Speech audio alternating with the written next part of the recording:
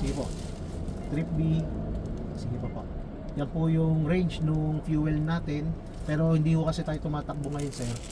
Sige po, pakibaba pa po. Yan naman yung fuel consumption, yung average fuel consumption po niya. Sige po.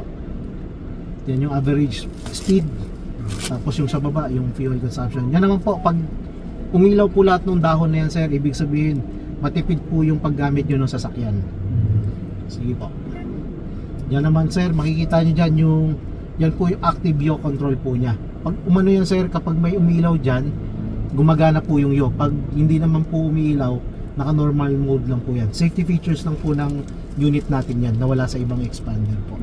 Ano ba yun? Ano yun, ma'am? Para ma-prevent po niya na ano tayo, yung sumobra ng liko or dumulas po tayo sa kurbada. Traction control po ba yan? Ano, sir, iba sila sa traction control. Kasi ano siya, yung traction control, sir, pag medyo madulas yung kalsada, ano, yun po yung naglilimit nung ano nung sasakyan natin.